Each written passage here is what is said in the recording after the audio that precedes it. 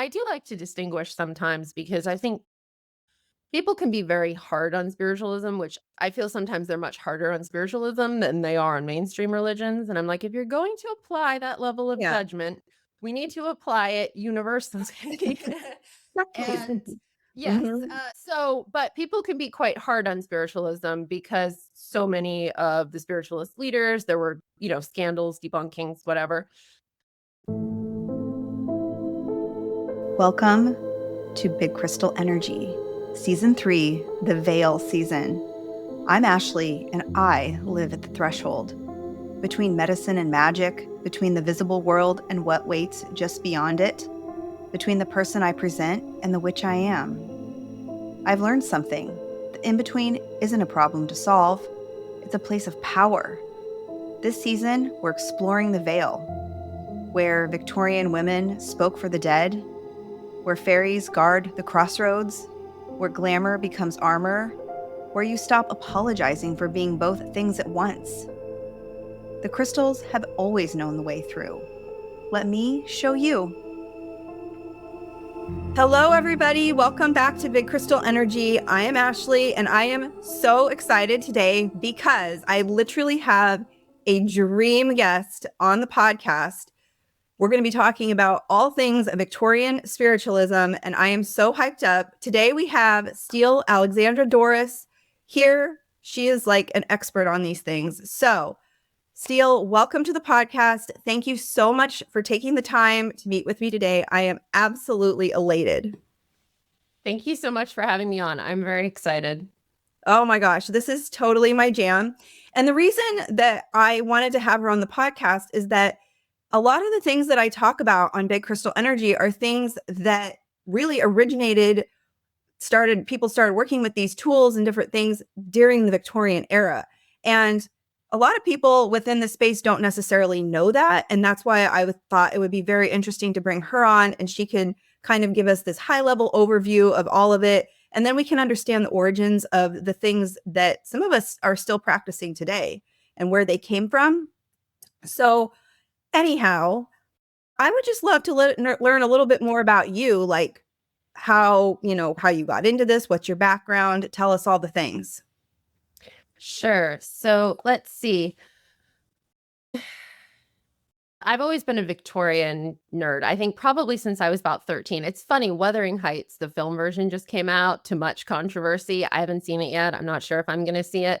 But for me, actually, I feel like my origins as a baby Victorian is more actually Wuthering Heights when I was about 13. But I've always really loved the Victorian era. I think when I was a kid, I just sort of loved how it was represented in media. And then when I got a little older and I was studying, so I majored in anthropology with a focus in archaeology, but my minor was English in undergrad. And so when I was taking a lot of my English coursework for that minor, I did keep returning really to the 19th century for probably a lot of reasons. I love the melodrama. I love the genre fiction of the Victorian era, which we can talk about more. The Gothic originates in the 18th century, but a lot of strange and interesting things Mhm. happened to it as a genre during the 19th century. And I think also the 19th century is really kind of a time of sort of the supremacy of sort of print culture in a way where literacy rates are rising. It's much easier for people to write and publish and distribute material. But you haven't yet hit the 20th century where you have kind of radio Mhm. and film sort of arriving on the scene. You have photography, but it's not nearly what it's going to become. So I think for those reasons, it's a very sort of mystical period. It's a very melodramatic period in a lot of ways. It has a reputation for being very straight-laced and buttoned up. And that's one side of it, but that's not really the whole story. And just a great love of what happened to the Gothic during that era. So anyway, I had this sort of fascination with the Victorian period. And when I went to grad school, I switched from anthropology I switched to English lit for grad school. And I sort of drifted through a few different potential topics, but I ended up writing about women, essentially women and work in the 19th century. So women starting to move into certain specialized forms of work. And I spent some time researching women mediums and Mhm. women spiritualists. And ended up being so fascinated by the primary sources that I was discovering. So when I was writing my book, which we haven't talked about yet, but when we get to that, when I got the idea to write my book, it was really because I was doing research for my dissertation. And I was trying to understand how women in certain kinds of professions that were sort of very new in the 19th century, like wrote about themselves and thought about themselves and represented themselves. And I spend a lot of time in newspapers and magazines from the 19th century. I love old newspapers. And I was just finding this like treasure trove of not even spiritualist books, but spiritualist newspapers, spiritualist periodicals, pamphlets.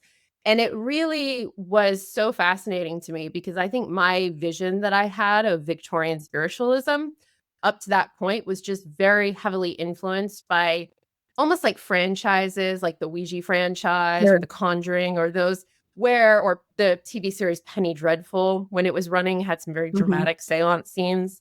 And you have the Victorian seance, like it appears quite a bit in media, but it tends to be just so focused on the moment of the seance itself and sort of the drama and the theater of that moment.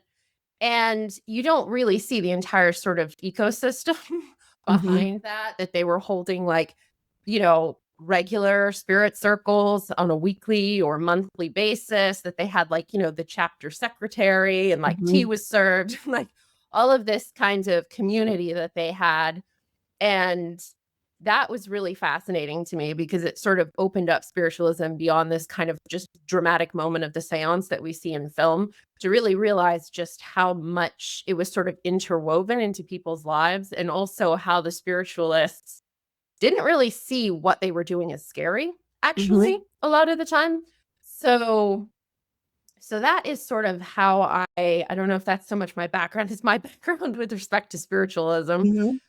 Broader background for me, I'm mostly from Texas. Moved around a lot before I was 10, but grew up and did my undergrad in Texas, went out to the West Coast for my master's and PhD, and I'm now back in Texas, in Austin. And From Austin. yeah, Such a great city. yeah, A lot of fun. yeah, no, definitely. So yeah, longtime lover of all things Victorian and all things spooky, I think. So are you still working with this type of material, or what are you doing now? I'm doing a few things now. So I graduated when did officially finished my PhD in January of 2025. I won't necessarily get into it in depth, but as you know, Ashley, I had kind of my mom was very ill and then my mom Mhm. passed away late in 2025. And so I had been sort of going back and forth for a while about whether I was going to go on the academic job market. Given the situation in my family at that time, the thing about the academic job market is even for very qualified applicants, very few job opportunities and you go where you get a job. So if you get a job in Mhm. Anchorage, you go to Anchorage. Time to learn to love the snow. Mhm. And I just wasn't with my mom in the condition that she was in at the time. And I had never been 100% committed to academia for, my future anyway. I was just like, I need to find a place in Central Texas. She needs to be close to her doctors. I need to be close to her. And so right now I'm working at a medical school in Austin, Texas, which has Wow. been a very, yeah, I have an administrative position. So that's sort of the day job at this time, which has been interesting because I'm trying to, I was always sort of interested in Victorian medicine. And now I'm like, I have a whole history of hospitals research that I'm hoping to get into.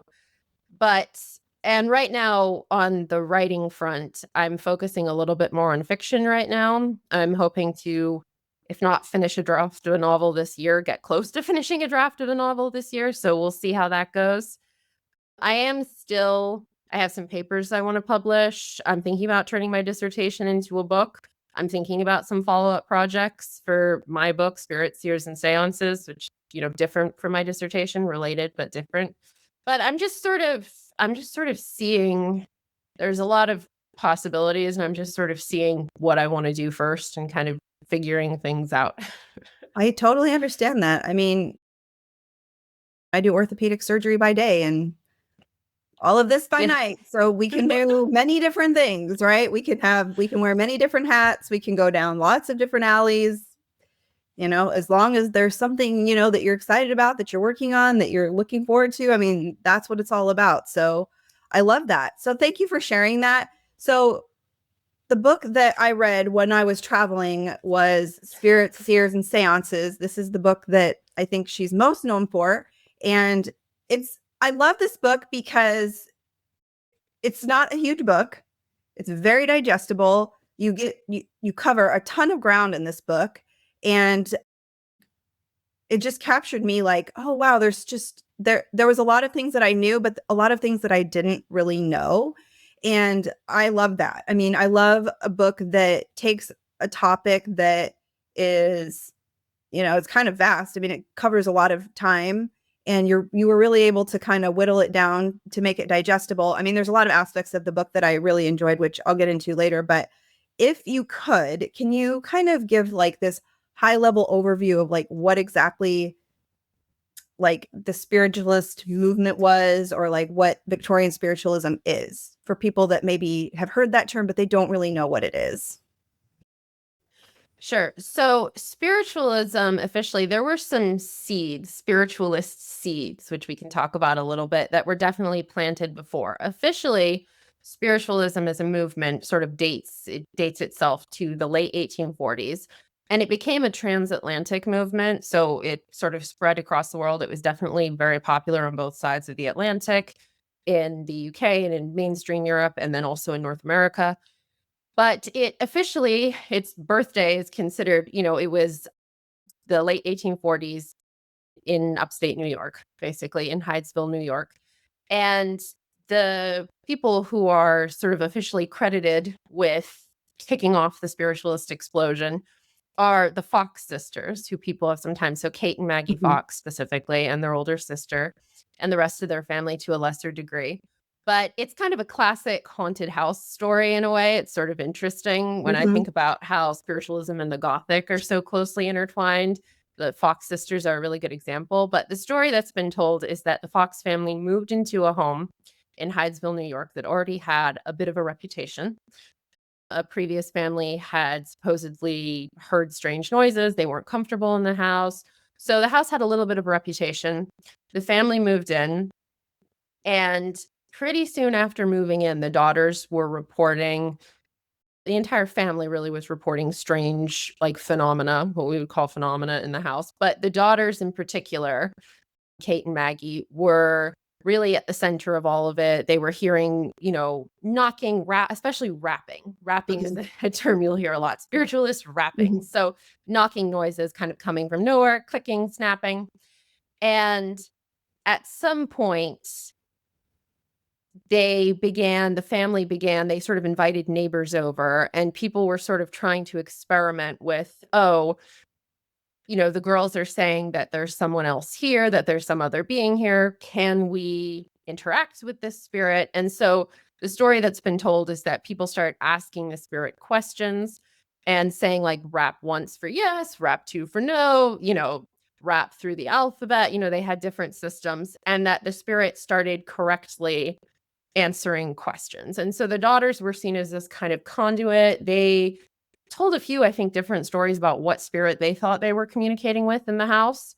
But and the neighborhood was also very sort of predisposed to this because, I won't go into great depth, but there had been that Hydesville, New York was in an area that had been referred to as like the burned over district Oh, because uh-huh. there had been so many like fiery kind of religious Mhm. revivals in the area. There were Quakers, there were Shakers. I think a movie's just come out about the Shakers recently, Oh, actually, which I am interesting. going to see. But so there were some kind of religious sects in the area that had sort of a framework for spirits actually coming back or speaking to people, communicating with people in ways that you wouldn't see in like most kind of conventional Christian doctrine. So it was a little bit, the stage was sort of already set. But what was going on with the Fox sisters really just really captured everyone's imagination. There was also when increasingly people were kind of visiting the family and wanted to talk to the girls started reporting that it was the spirit of a murdered peddler who had been buried in the basement. And so there was sort of this whole like murder mystery kind of intersection, which is another intersection that really interests me, the intersection between kind of spiritualism and detection in general, investigation and detection, because the 19th century was a really interesting century for how people thought about detection and investigation. That kind of changed radically over the 19th century. And so there was sort of a whole murder mystery. It sort of started like a haunted house story and then kind of became a little bit of a murder mystery partway through. But one of the repercussions of all of the attention that they got is that the Fox sisters were essentially able to launch careers as spiritualist mediums. So they started touring and they were performing essentially. There were all of these raps and knocking noises. They could kind of get on stage. People heard these mysterious noises. I think anyone who's looked into the Fox sisters before knows that they had a very dramatic rise. They became very famous. They had some really famous like supporters. Sir Arthur Conan Doyle wrote like a book about the history of spiritualism, and he looks very favorably on the Fox sisters, has a lot to say about them, and really kind of paints them as like spiritualist pioneers. But then they had a really dramatic fall to disgrace as well. They both sort of all of them, I think, struggled with substance abuse issues at one point or another. They had a period where they were extremely popular, and then like anything else, preferences change. They went out of fashion a little bit. And then they had reporters who were sort of there were always people who were trying to sort of figure out like what's really going on with them. And at one point, I think it was Maggie, it might have been Kate, published like a retraction saying that they had been making the sounds themselves. And then later, I think she retracted the retraction. So they had a very dramatic beginning to end, a very dramatic story. And for a while, they were kind of so powerful in the spiritualist movement. And then they were disgraced, essentially. But what they started really took off, and it merged with some sort of existing practices. So spiritualism really merged with mesmerism, which is something that actually kind of predates spiritualism. But physicians and people interested in healing generally have been experimenting with kind of entering or placing people into some kind of a trance-like state. Previously, dating back to the 18th century, mesmerism is actually named after a physician named Dr. Mesmer. So trance healing and trance was already something people were experimenting with very quickly after the emergence of spiritualism and the idea of communicating with spirits. Trance and trance performance really kind of merged with spiritualism. And so people like the Fox sisters, who claimed to be able to communicate with spirits, were either placing themselves in some kind of a trance, or they had some sort of an assistant who would place them in a trance. And then it was believed that the trance-like state would help them communicate with spirits more easily and allow spirits to speak through them. And so spiritualism it took on a lot of flavors over the course of the 19th century. It really sort of adapted in different places and at different times to what people wanted from it. We obviously had the emergence of the like classic séance as well, which is a bit different. Trance performances were typically like a very famous medium would come into town. They would enter a trance and then they would deliver a lecture that basically, so they would sort of identify the spirit that they were channeling, and then they would sort of deliver a lecture from the point of view of that spirit. So that became we can talk about that later, but it became very interesting politically and socially, because you had like potentially like 18 or 19-year-old girls who would never have been able to lecture to, an audience like that, sort of claim authority from the spirit world and then deliver these lectures. And then you have sort of the more private like seance or spirit circle, which is more what you would think of sort of the classic. We see spirit circles or seances represented a lot in media. We don't actually see like the big trance performances or trance lectures represented as much in like Gothic media, or I think maybe seances seem spookier. The trance lecture is like its own animal. It's really in a lot of ways very different from like the seance or spirit circle. So, but the seance or spirit circle, which is, people sitting around a table waiting for the spirits to make themselves known, that was very popular. And spiritualism one of the things that was very sort of radical about it at the time, and that I think was really attractive to people, is that spiritualism had a very, I would say, a DIY kind of an attitude, in the sense that they believed that everyone had the capacity to communicate with the spirits. Some people were sort of like with music or math. Some people might naturally be better at it, but anyone could sort of apply themselves and develop some level of talent. And a lot of these like periodicals, magazines, newspaper articles that I was alluding to, what they were doing is they were instructions for people to hold their own seances and spirit circles at home and to engage in their own experiments. So it was a little unusual in a lot of ways. They did have big gatherings, big meetings, but they had far less hierarchy than you would expect. They were not as organized in a sort of top-down hierarchical structure as you would expect and as you would typically see in kind of conventional religions at the time. They were very like almost grassroots, I would say. I think I describe it in the book as grassroots. It was very grassroots, like grab your sister, grab some neighbors, organize a neighborhood spirit circle, get together once a week. Here's how you can do it. So very different for the time. And obviously, it was very attractive to a lot of different kinds of people. It was definitely very attractive to the bereaved. Obviously, child mortality was higher at the time. And we saw big spikes in the popularity of spiritualism in America after the American Civil War. And then just transatlantically after World War I and the Spanish flu epidemic.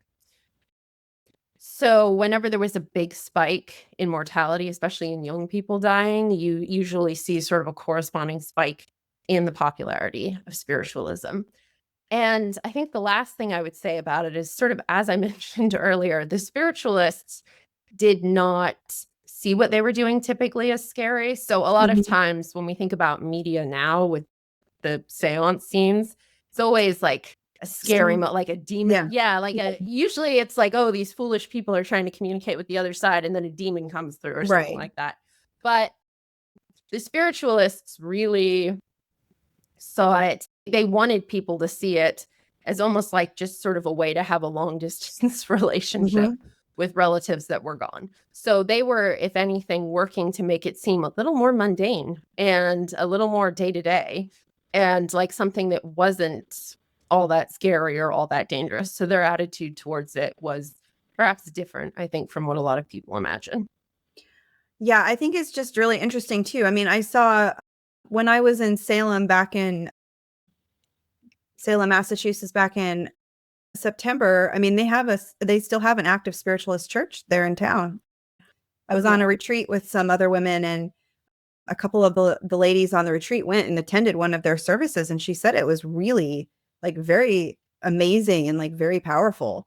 And and I think a lot of people, especially the types of people that kind of listen to my podcast, like a lot of us don't necessarily follow like a traditional religious path, and we that more laxity of the spiritualism of kind of all coming together. And I like kind of breaking it down and getting away from the idea of just seeing things in the media and in movies and stuff, and that it's always scary and bad, when actually these people were just trying to communicate with, most of the time, their loved ones. And that's not like scary, really. I mean, just because someone passes away doesn't become this like demonic character all of a sudden.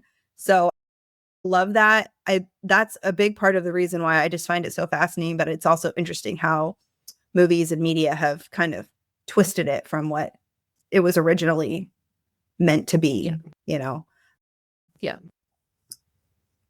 Let's see here.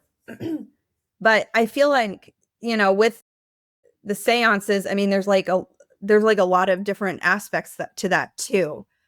I mean, as you mentioned, there was like the wrappings and they did like all these different techniques, then it seems like, to get people more interested in it, to make it more theatrical. So the wrappings and the table tilting and, the trances and all of that stuff. So can you speak to that a little bit? Because it seems like it developed, trying to communicate, but then it just became kind of grew beyond that. Absolutely. So there was a bit of a trajectory throughout time. In general, over time, people became much more interested in kind of material manifestations. So in its beginnings, it was much more oriented towards trance, channeling.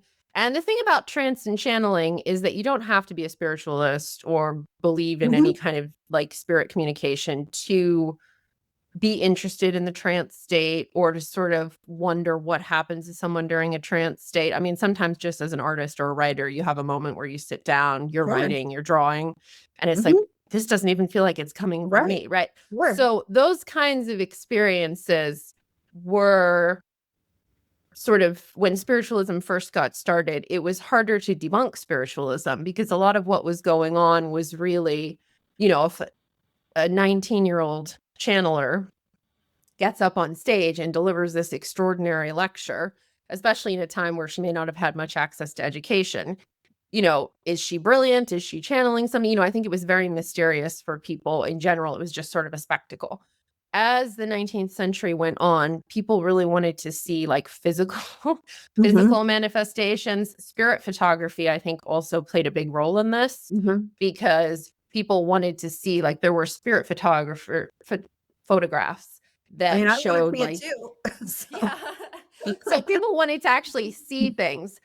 The problem with that was that impulse to sort of, which is just, it's really, honestly, that's just something that you would see in any kind of performance. People want bigger, better, more dramatic. They were impressed 20 years ago by someone getting up and delivering a lecture while in a trance state. Now they want to see an apparition, right? Well, that was what really opened spiritualism up to a lot of the really high profile kind of disgraces and scandals and debunkings that occurred kind of later in the century, because some of the spiritualists who were really living off of spiritualism, and I do like to distinguish sometimes because I think people can be very hard on spiritualism, which I feel sometimes they're much harder on spiritualism than they are on mainstream religions. And I'm like, if you're going to apply that level of judgment, we need to apply it universally. And yes. But people can be quite hard on spiritualism because so many of the spiritualist leaders, there were, scandals, debunkings, whatever. But I think what people forget is that it was attractive to hundreds of thousands of people who made no money off of it, right? And so even if you're looking at a lot of these leaders and you're like, charlatan, snake oil salesman, it's like there is something there that spoke to people in a really profound way. And certain types of people are always going to be drawn to, positions in religions and spiritual practices because there is the potential for manipulation and there is the potential for fraud. What interests me is usually who's following, who's actually not necessarily making a career of it, but who's following it, because that tells you these people aren't making a living off of it, but they're very drawn to it anyway, sort of what's going on there. And so the materialists, I think they called them materialist seances or materialism seances, got a lot of people into a lot of trouble. And that was what led to spiritualism's kind of first major dip in popularity right at the turn of the century. And then there was, as I said, there was the flu and there was World War I, and it sort of had to come back despite those sort of like scandals that had sort of turned some people off the movement. After so many young people died between the flu and World War I, people really kind of returned to spiritualism for a while. But the materialist seance is definitely, I think the spirit photography, there was the very high profile spirit photography trial. And so some of those massive debunkings, I think really ultimately kind of put a little bit of an expiration date on spiritualism as like a more mainstream sort of practice. So. But it seems like there were some cases where they weren't ever really able to prove how the spirit photographer made the spirit look like it was there, which I thought was really interesting too. There have been. Yeah, exactly. It's been really interesting. Mummler, I think a number of his have been, and then a couple of his they still haven't been able to figure out, which is fascinating to me because we have come so far with photography and there are so many things we can do with photography now. And so I think seeing people just still very puzzled by by some of these photographs is really interesting. And then a lot of the earlier trance speakers, it's still, the ones who never really got into the materialist seances so much. A lot of them were able to kind of live for a very long time and retire, and they never really had any of that kind of really dramatic debunking or scandals or anything like that. So, and definitely some of the spirit photographs are still very mysterious. Now, can you speak a little bit to, I think for a lot of people, it's kind of like a fan favorite topic, the ectoplasm? Oh, yes. This was part of the materialist seances. And it was also, again, it was just this general interest in kind of material things that we saw that was, like I said, I think kind of initiated by spirit photography. Mm-hmm. So a lot of the spirit photographs, I think people are familiar with some of the ones, the more famous ones where there's like a figure in the photograph. Mm-hmm. But there were actually a lot of other photographs. I have a book recommendation. I'll have to look up the title. Oh. It's a very long title, but there were a lot of photographs that were spiritualist photographs, and they don't actually include figures. They have other manifestations, basically. So floating items. Ectoplasm was something that you see a lot. You'll see in some of the later kind of materialist seances when photographs were taken during those seances, or in some of the spirit photography from a little later in the century, you start seeing ectoplasm, which is, it's hard to describe, but essentially it looks like things are sort of coming out of some substance is coming out of people's, like usually the mediums, like mouth or nose. That's also really interesting because spiritualism, especially at the beginning, because it was so influenced by kind of mesmerism and 18th century theories of medicine, a lot of mesmerism was really interested in this idea that like illness essentially came from fluids in the body that were magnetized fluids in the body that were like out of balance. And so prior to even spiritualism, when mesmerists were sort of first making their mark, the way that their healing was thought to work was that they had, actually, they called it animal magnetism. That is not how we use the term now. We use it in a very different way. But they were thought to have this kind of animal magnetism, that they were magnetized in some way, and they could sort of pass their hands over someone's body, and they could reroute the fluids that had gotten stuck or clogged, and they could restore health that way. And the spiritualists weren't necessarily always intensely interested in fluid. They were very interested in the idea of magnetism and almost negative charges, positive charges. So early spiritualists were very interested, and they thought people could be more positively charged or negatively charged, and you needed like the right balance around a spiritualist table. Otherwise, you weren't going to have any luck with a seance. And so I think the ectoplasm was sort of very influenced by some of these theories they had about fluids within the body and sort of magnetism within the body, and what happens when those fluids are rerouted or go places you don't expect, and how does all of that link to someone's ability to sort of contact the other world, or see spirits, basically. Sure. Yeah, I mean, it's just like you see these like kind of iconic photographs of people with this like white substance coming out, and it's just kind of one of those things that you think about a lot when you think about the seances and all of the stuff, but that was really them just kind of trying to make it more theatrical, but it didn't really start off that way. I mean, that's not like the whole story is basically what I'm trying to get to. Like that came later when they were trying to make it more, as we do. I mean, that's how it is even now. Like we're always trying to up level everything that we're doing now. So it's not really any different. Now, a couple things that I want to speak to were the automatic writing and like the planchettes. I'm always just kind of interested in that, because the automatic writing is not the same. I mean, sometimes people might hear that and they think it's like the same thing as like working with the spirit board, but it's totally different. It's kind of more of like a channeled writing, would you say? It It is. So spirit boards definitely grew, I would say. I don't think we would have had the Ouija board, which is sort of the first brand of popular spirit board, if we hadn't had automatic writing before, because there was that there's that weird intermediate planchette that there was no board. There was just a pen attached to it.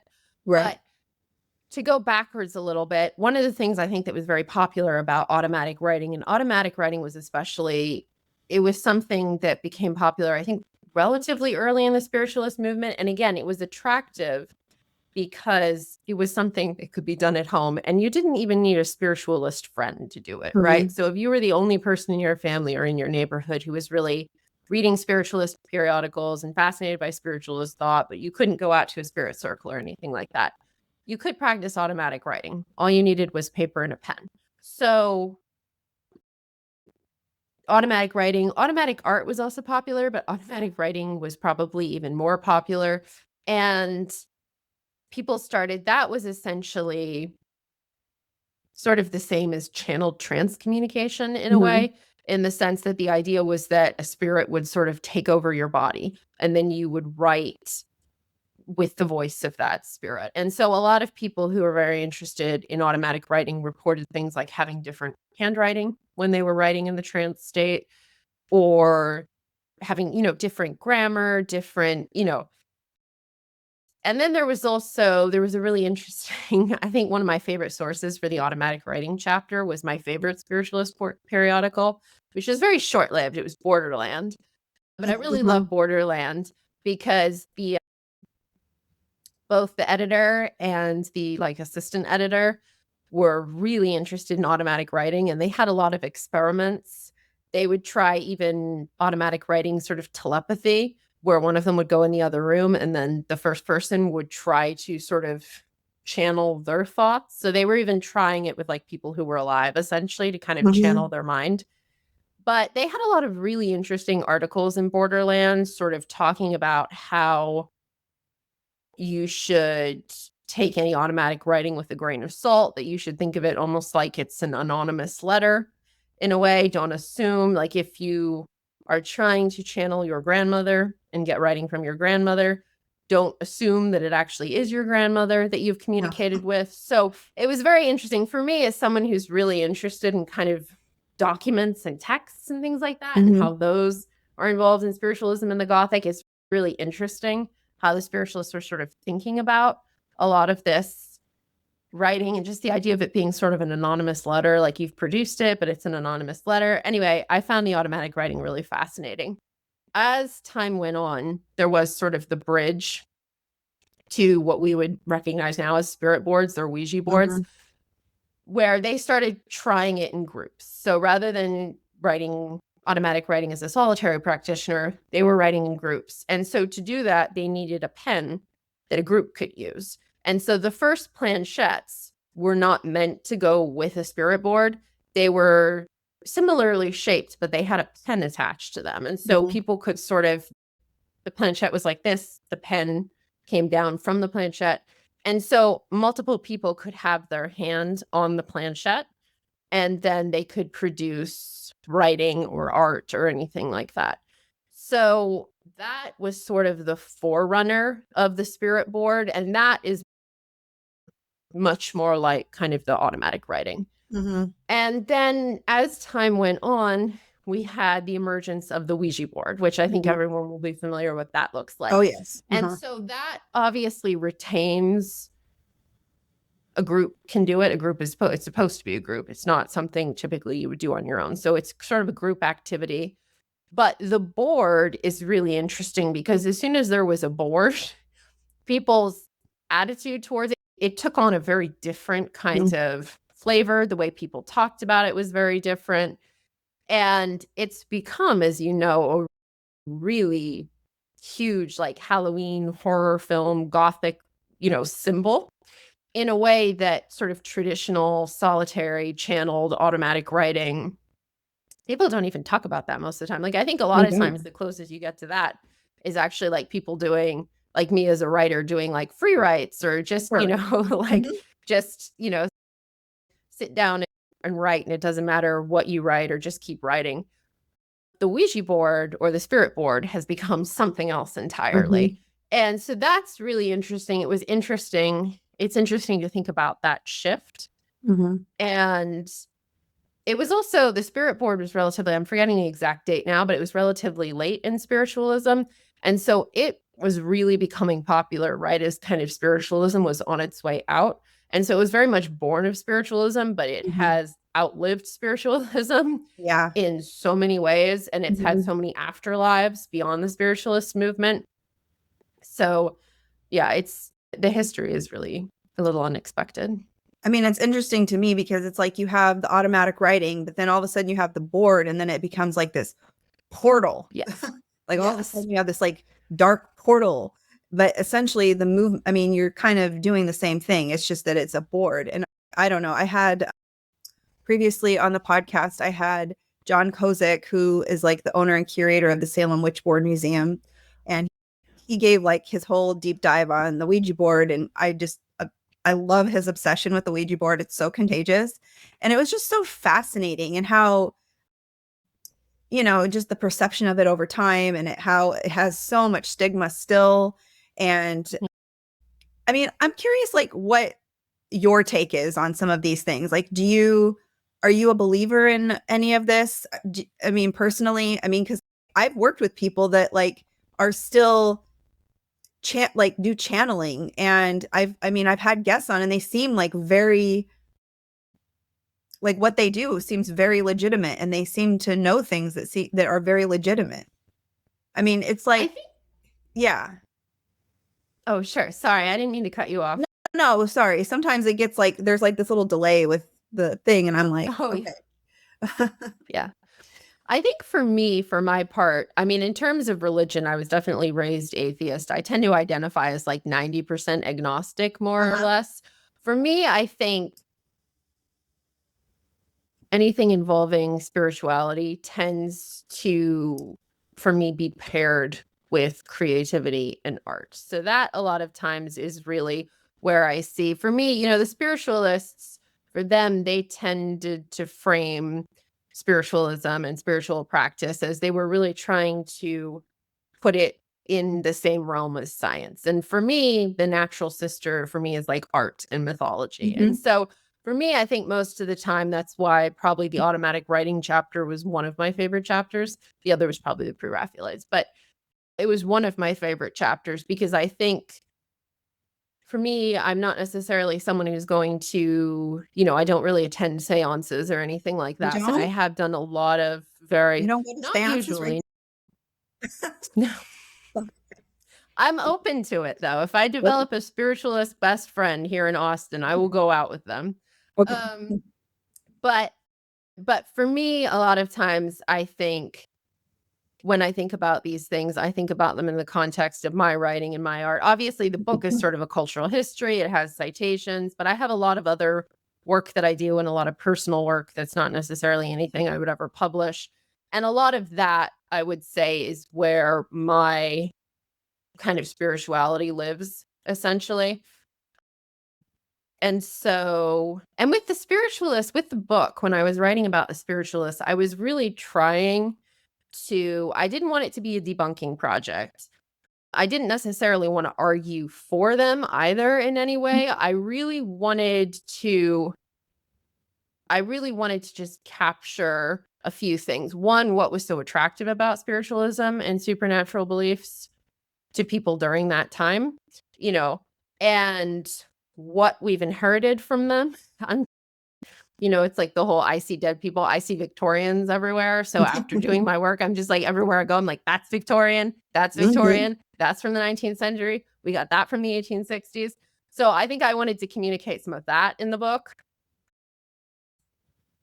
And I wanted to talk a little bit about kind of the cultural context and maybe link some of these things like the pre-Raphaelite chapter or like the Gothic chapter. I included them in a book that 50% of it at least is about spiritualism.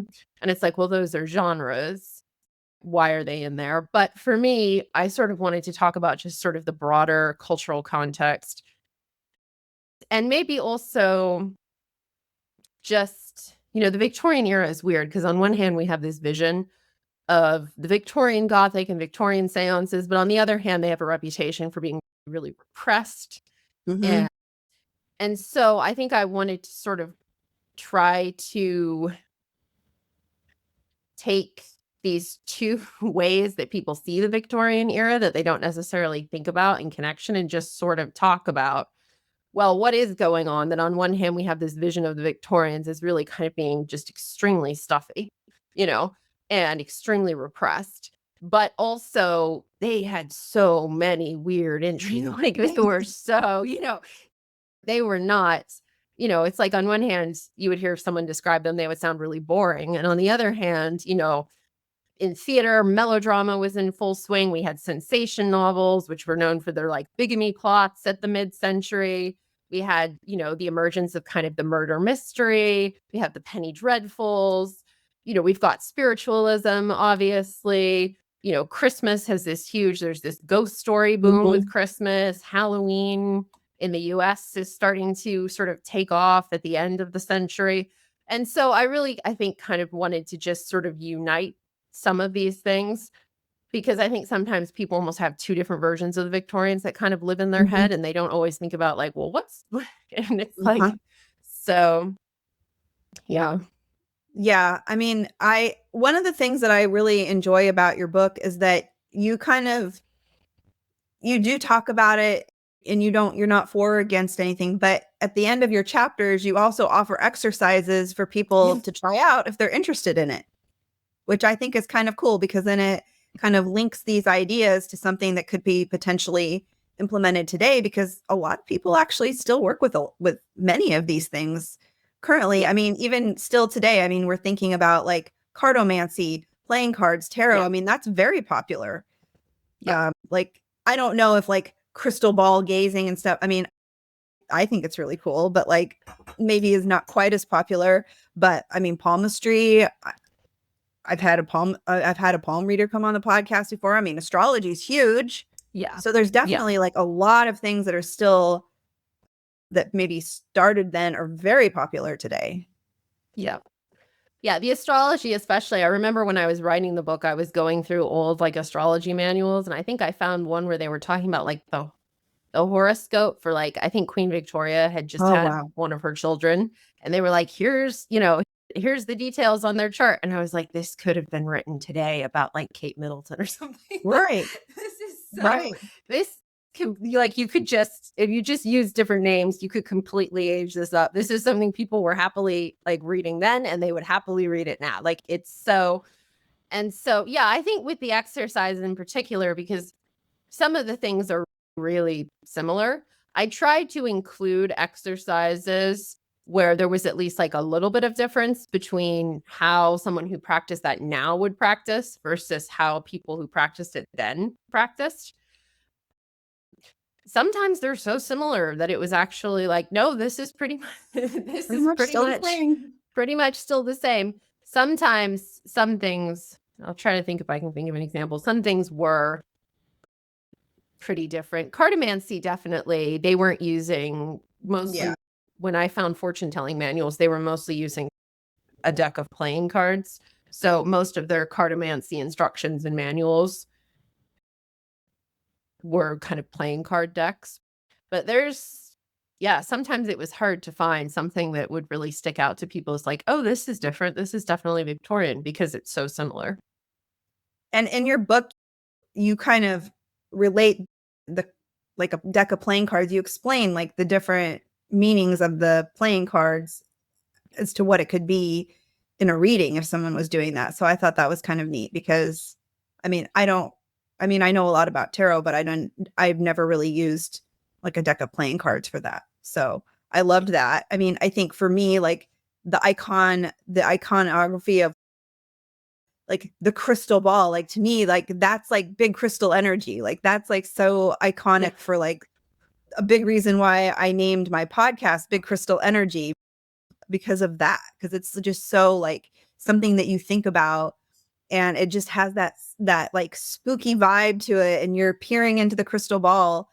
But I mean, it goes back a long way, and I think that's just so interesting how, I mean, it's not as popular now, at least I don't think it is, to gaze into crystal balls, but you see it in so many movies, and that classic the witch peering over the crystal ball and stuff is just so cool, but it just like it translates over so much time, and I love that idea.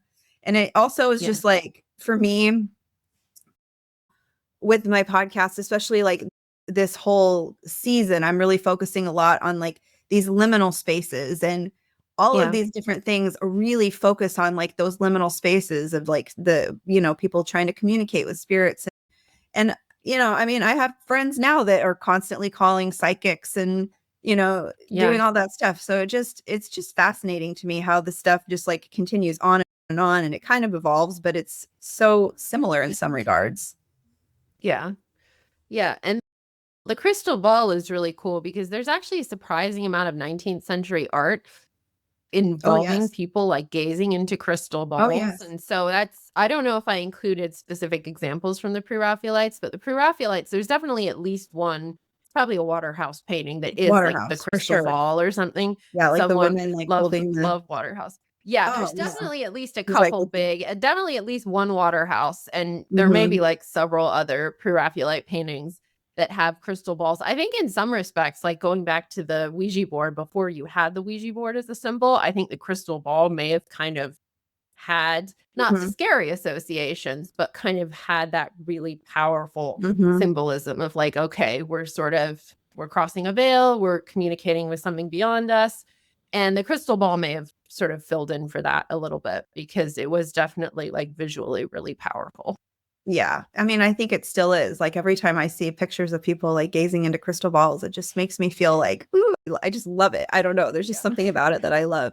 Now, one of your other chapters, which I really loved, was when you talked about the fairies and the folklore, because these are fairy wings that I have in my background here that I love those. I'm a big fairy girl. So I made these wings when I was like a freshman in college. Oh my gosh.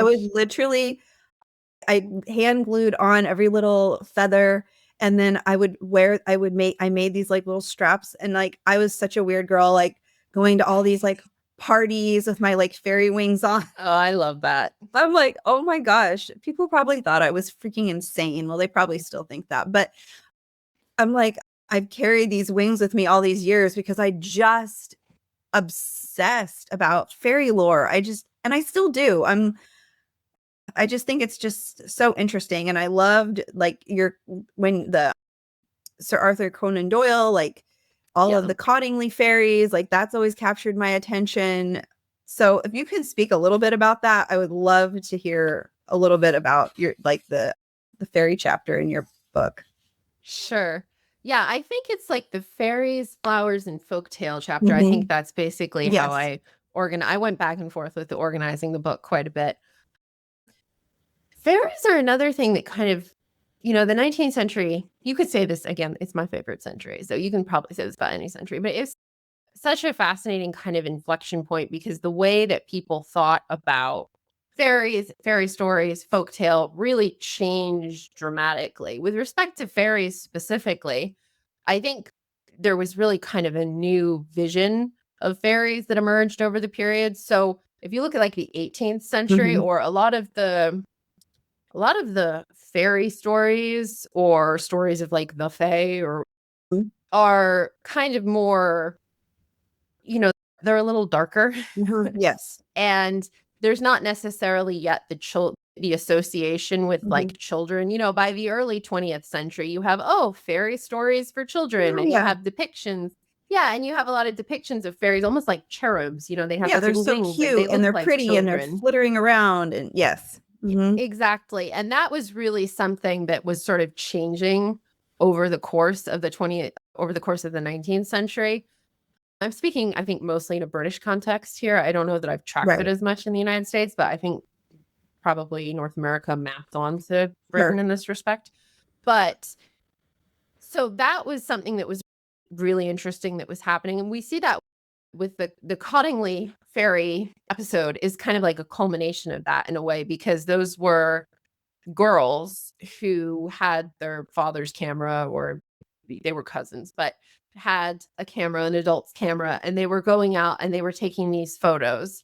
And I think that really also solidified kind of the association between children and fairies in people's minds. The girls are very young. It's like this pastoral sort of setting.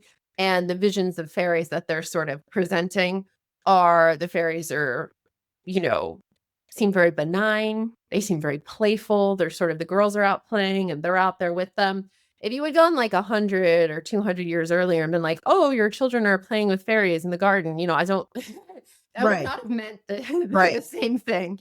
Mhm. So that was sort of a transformation that happened over the course of the 19th century. I think also with folk tales more broadly, and some of this we owe to Germany because obviously they had the Brothers Grimm, Yes.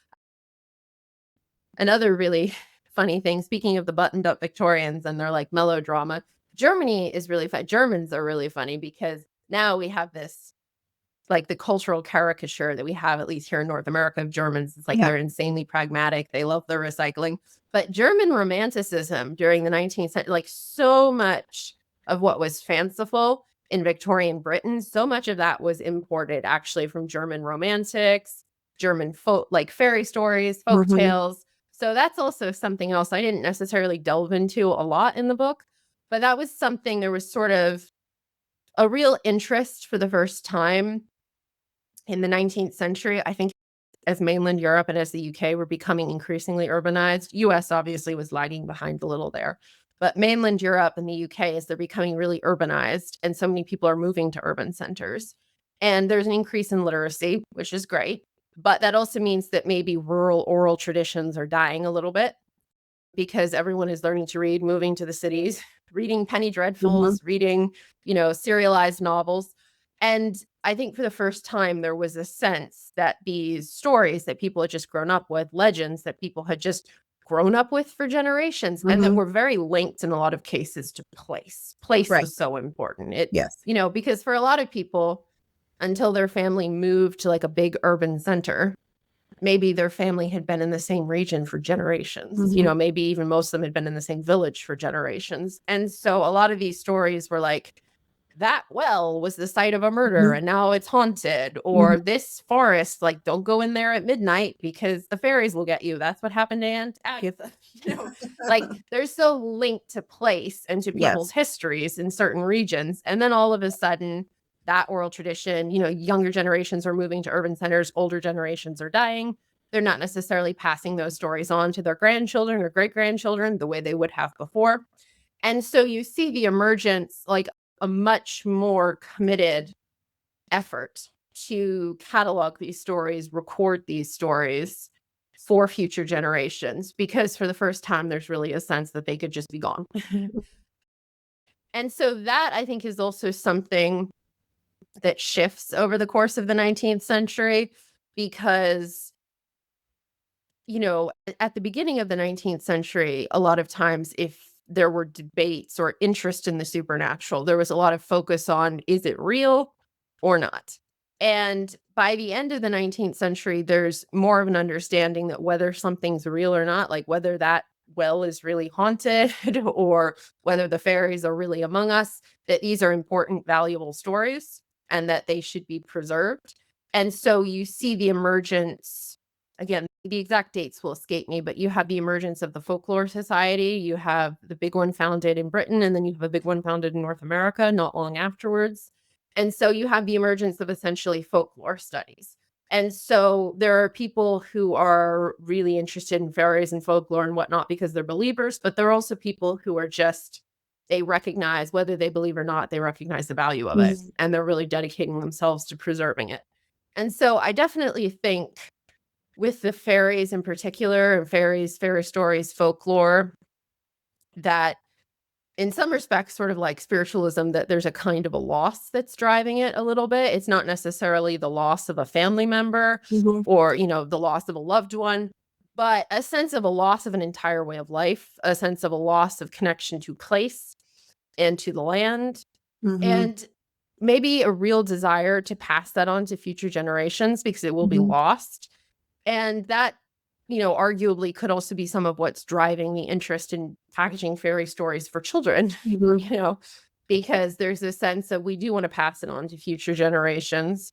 And this is something that, it's important to us to leave for those who come. So that's so interesting, because before I read your book, I had never really considered it like that. So that I thought that was really a really interesting aspect of it, because I guess before I read your book, I just thought, people are having these experiences and then they're just writing these stories. And I always thought it was kind of interesting how it was like they went from this like dark, this darkness, or these scary creatures, or they can harm you, or you have to, do these certain things to keep them happy and avoid certain places or to avoid making them mad. And then all of a sudden it's just like they're cute and they're like Tinkerbell. And it's like, yeah, there's so much to it, actually. Yeah. Now, the other thing I want to touch on is the Gothic literature. I mean, I think it's just so interesting how it seems like there's just, especially lately, and even more significantly, even within like just even the past year, how we're getting these like Frankenstein and Dracula and Wuthering Heights. I watched Nosferatu last night for the first time. Oh, yeah. It was finally watch. Yeah. Whoa. I was like, whoa, okay. I was like, I finally was on Amazon Prime for free and I didn't have to pay for it. So I was like, okay, I'm going to watch it tonight. But it's just so interesting how like those movies and are all like having this like sudden resurgence right now. Yeah. Have you given that much thought, or do you wonder why that is happening so like all of a sudden right now? Or do you think people are just really more interested in that? I do. I mean, I don't. I always have thoughts about the Gothic. I do have some thoughts. They're going to be very deeply inflected, to be fair, because this is so much what I worked on in grad school. Sure. By like my specific orientation with the Gothic. So like a lot of Gothic scholars, I'm very focused on the Gothic and gender, basically. And specifically like Gothic horror. And I guess I'll do my whole little thing. But please when do. we look at, one of the things that I think people don't necessarily think about with the Gothic is that a lot of what drove its popularity, and there were some very popular men who were writing Gothic novels in the 18th century. I'll definitely say that. In fact, there was sort of a bifurcation of the Gothic into what used to be called the masculine Gothic and the feminine Gothic. Okay. And we don't really use those terms anymore. We'll usually say the explained Gothic and the unexplained Gothic. So the unexplained Gothic was typically the ones that were more written by men and geared towards men. And the explained Gothic tended to be more likely to be written by women. And the explained Gothic there's sort of one of the lines you hear about is like, in the explained Gothic, the real monster is the patriarchy. But it's essentially a lot of times in the explained Gothic, you have your classic Gothic heroine who's in sort of this remote location. You have your kind of classic Gothic villain, and she is experiencing things she doesn't know if she can believe, what the people around her are telling her. She doesn't know if she can believe her eyes. She's hearing things. She's seeing things. Another example I'll give sometimes, they'll be like, think Scooby-Doo, where they're like, is it haunted? And then it turns out that like the evil guy next door is just trying to clear people out so he can like sell the land or something. A lot of times in those early Gothic novels, it's actually like her evil uncle, who is her guardian, is like up to something really despicable. And so he's been trying to convince her that she's crazy so that she won't, alert anyone to the fact that he's a murderer. Or, though you see a lot of those kinds of plots. And what those plots, a lot of times, and they were incredibly popular with women, Jane Austen in Northanger Abbey, she's sort of spoofing them a little bit. But then she also like lists a bunch of like best-selling Gothic novels from the time.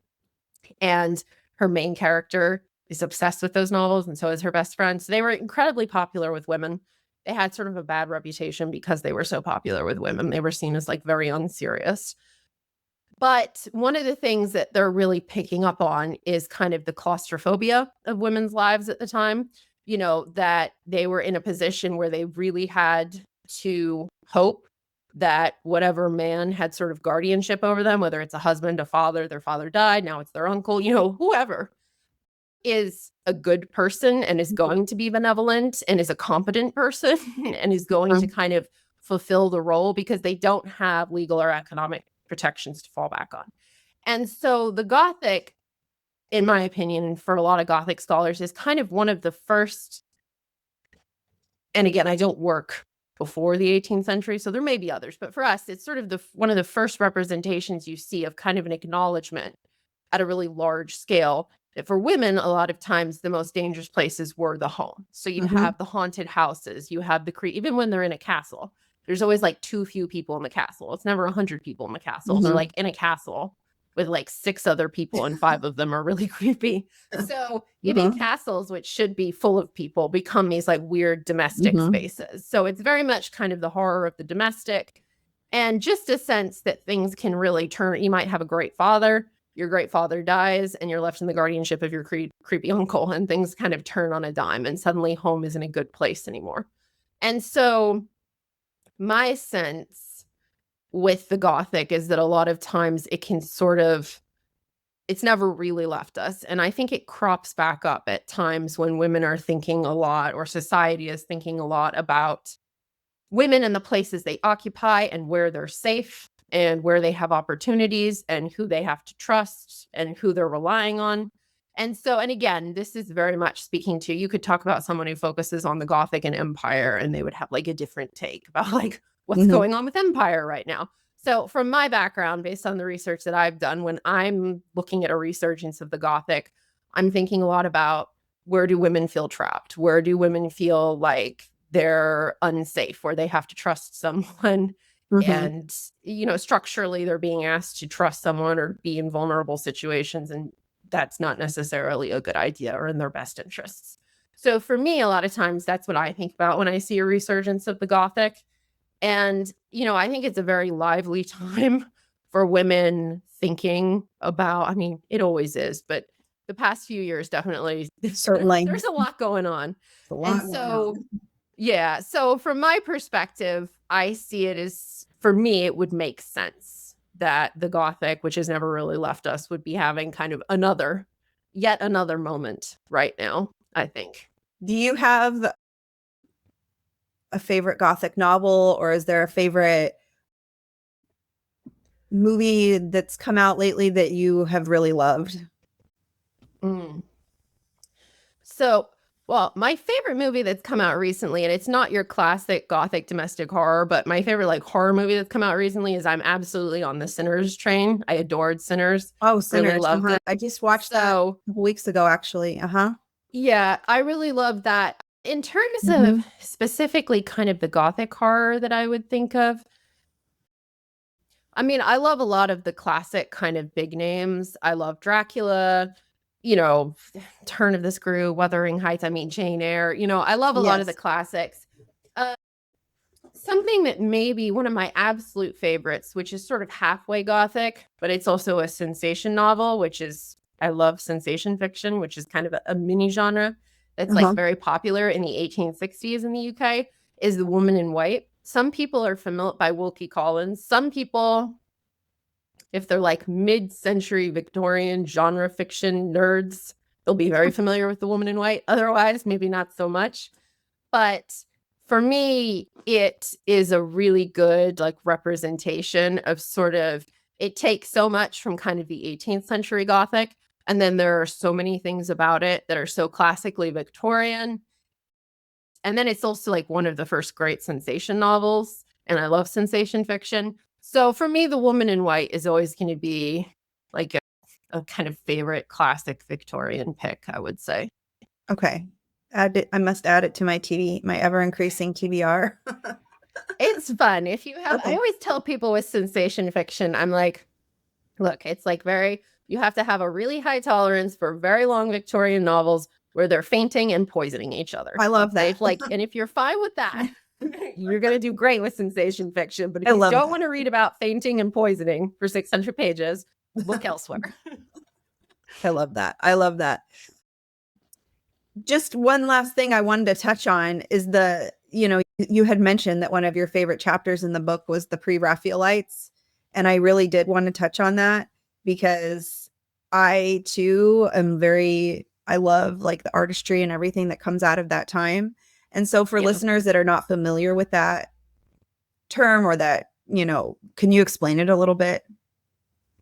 Sure. So the Pre-Raphaelites are basically, it's really pretty much a British art movement, but they are sort of a mid-19th century art movement that they call themselves the Pre-Raphaelites because they see themselves as sort of tapping into this kind of earlier, purer form of artistry. I honestly don't love the name. I don't have anything against Raphael. So trying to we're all going to be pre-Raphael. I'm like, what's Raphael? But they had their reasons. They were sort of controversial at the time. They saw themselves as sort of going against a lot of the kind of conventional wisdom and a lot of the major kind of art schools at the time, which could be very dogmatic. And they were very focused on representing figures, especially women, it's usually women, from myth and legend. And they're sort of eclectic. There's a lot of, they love their classical heroines. So you'll see, which is how I originally got turned on to them, because I was having like a Greek mythology, Greek tragedy kind of life in my teens. And every time I was looking up in the early days of Wikipedia, every time I looked up a classical figure, I looked up Medea, I looked up Cassandra, I looked up Clytemnestra. There was always a painting, and the painting started looking really familiar after a while. And I was like, oh, it's all pre-Raphaelite paintings. But it's still true in Wikipedia. A lot of times you go on there and you look for like paintings of classical heroines or anti-heroines, and often it's a pre-Raphaelite painting they're using as like the first image. So they go all the way back to like classical antiquity, and they draw a lot of those women. They were also very influenced by sort of Victorian medievalism. So just like we have, neo-Victorianism, we get into the Victorians, were very intensely interested in the medieval period. And so you also see medieval figures. Morgan Le Fay, really popular. You see a lot of representations of Morgan Le Fay. The Lady of Shalott, you see a lot of representations of the Lady of Shalott. So, and then you also see some figures from Shakespeare and other figures from mythology. They don't really paint anyone who is contemporary for them, which for me was very interesting. One of the things I was talking about in that chapter in the book is that they're painting a lot of seers. They love seers. You see a lot of Cassandra. You see a lot of like enchantresses and seers, but they really don't want to paint anyone. Like they're not painting anyone contemporary. They're not painting like the witchy midwife from like the local village. They're not painting any of the major spiritualists of their time. Like there were a lot of kind of mystical women at the time. They're very focused on, they like their sort of historical and mythological figures. And they also, which is sort of interesting to me, they choose some who are really essentially villains in their story, right? Like they paint Medea. There's a lot of paintings of Medea. For anyone who's not familiar with Medea's story, she is done very wrong by her husband, but then retaliates by killing their children. So she's sort of a really powerful figure in mythology. She has connections to like the witch goddess, but she's definitely not sort of a clear-cut Victorian heroine in any way. She's, in fact, the Victorian era was a time where they expected mothers, they kind of still expect mothers to be perfect. Victorians really expected mothers to be saints, essentially. And so their depictions of Medea, she doesn't look like a monster. She does not look evil. She looks, she's sort of exotified, obviously, but she's not in any way painted as a monster. They've got Clytemnestra. They have a lot of figures who are just, some of them are clearly kind of heroines or victims, but some of them are like, they're tough characters who do a lot of violence in their origin stories. And they're painting them in these really kind of beautiful ways. And that I also found interesting because the Victorians, as a general rule, had really low tolerance for like misbehaving women in any capacity. And so someone like Medea, you would expect would just be like, like spit on her name, basically. So the Pre-Raphaelites have always been interesting to me for that reason, for a lot of reasons. Yeah. Yeah, no, I agree. I loved that. I loved that part of the book. I just found it really interesting, all of that, because I personally didn't know that much about it. So I thought that was it was like a great way to introduce those topics to people that aren't like maybe have seen that artwork and they're very familiar with it, but they didn't really know anything about it. All right. So I've taken up a lot of your time today. I wanted to ask you a couple questions just for fun before we sign off. This has been so lovely, but I want to know coffee or tea and how do you take it? Coffee or tea? Oh my God. I'm on like a caffeine break to try to calm myself down right now. So I would take anything. I would love anything. Okay. I'm like, coffee or tea? Yes. Typically coffee, but love tea as well. I really love orange spice tea, not like the Okay. herbal tea, but like the actual like black tea, orange spice Yeah, me tea. I like too. to drink it a lot around the holidays. So that's one of my favorite like black tea flavors. And then coffee, I'll have it almost anyway, usually with cream and sugar. Love a mocha. Yeah. I am not a black coffee kind of a person. No, That's not me either. that's not Not my your vibe. jam? No. So what have you been listening to lately? Either like music or podcasts? What are you into? I've been listening to lately. That is a good question. The I feel thoughts like floating around something in your head? I don't know. my mind just completely went blank. I was like, have I been listening Have I to listened to anything? anything? I know. Well, I had a very exciting, I literally cannot think of any albums right now, but I will say a very old album. I've been listening to one of my other, I'm just a sucker for apparently films that involve music and vampires because Sinner's one of my new favorites and Lost Boys was like a classic for me. Uh-huh. So I recently saw, if anyone's familiar with Lost Boys, the 1980s vampire film, I recently saw the saxophone player from that film live in Austin, which was like a whole experience for me. I As love someone who that. I used to listen to that soundtrack, like Cry Little Sister, the whole soundtrack. I love the Lost Boys soundtrack. Okay. I literally have it. It's over there somewhere because I'm trying to get back into physical media. And so I have some actual CDs now. I'm trying to build up a CD library. And so one of the first ones when I was like, I need things on CD, I got myself the Lost Boys soundtrack. And then like a week later, I saw Tim Capello actually perform with his saxophone. So whole moment, teen me was like having the best like day ever. Don't you love that? I just love that. I think just so many things that I've been tapping into lately are just like really this resurgence of like me as a teen and just like trying to bring it back and bring back that passion and energy.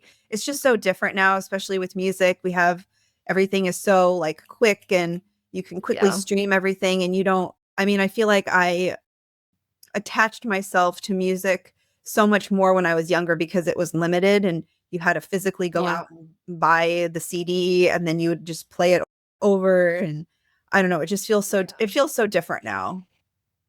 No, it does. The 90s, so yeah. Yeah. Right, no, go ahead.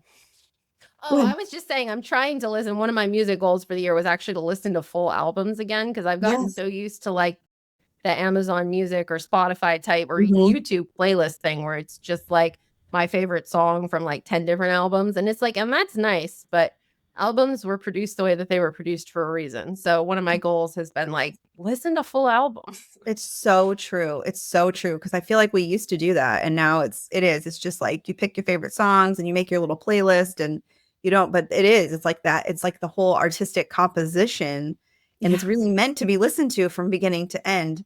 And I agree with you. I think that is something that I love that. Well, anyway, thank you so much for your time today. This has been absolutely fascinating. I love all of this stuff so much. I feel like I could actually chat with you for a very long time, but we've already been going on and I have loved every single moment of it. And I know my listeners will too, just because it's such a cool topic. I mean, what a cool thing to study, honestly. Thank you so much. This has been so fun. Thank you. Okay. Well, anyway, have a beautiful day and where can listeners find you? Like, where's the best place for people to reach out to you? So I've been very quiet lately because I had everything going on in my personal life, but I am planning to start posting more. So I'm Steele Arcana anywhere that I have an account. Mostly right now, that's Instagram. I Okay. don't love Instagram, but I have issues other places. So mostly Instagram, Steele Arcana. I also have a website. I'm currently redoing it, but it should Okay. be up. So that's just steelealexandradouris.com. And I'm hoping to be more active moving forward. Okay, great. Well, I'll link everything in the show notes. And I really recommend you guys checking out her book, Spirit, Seers, and Séances. It's just so good. And anyway, have a beautiful day. Thank you, Bye. you too. Thank you so much for spending this time at the threshold with me. If you want to go deeper, follow me on Instagram at mystical.mama.ash, where I share daily crystal magic and behind the scenes of this liminal life. You can also find resources, previous episodes, and ways to work with me at bigcrystalenergy.com. We're also on YouTube at Big Crystal Energy Podcast. And if this episode resonated with you, please rate it and review it and share it with a friend that you think would connect with it. It would mean so much to me and helping build this beautiful community of other magical friends and crystal workers. Thank you so much. Until next time, bye.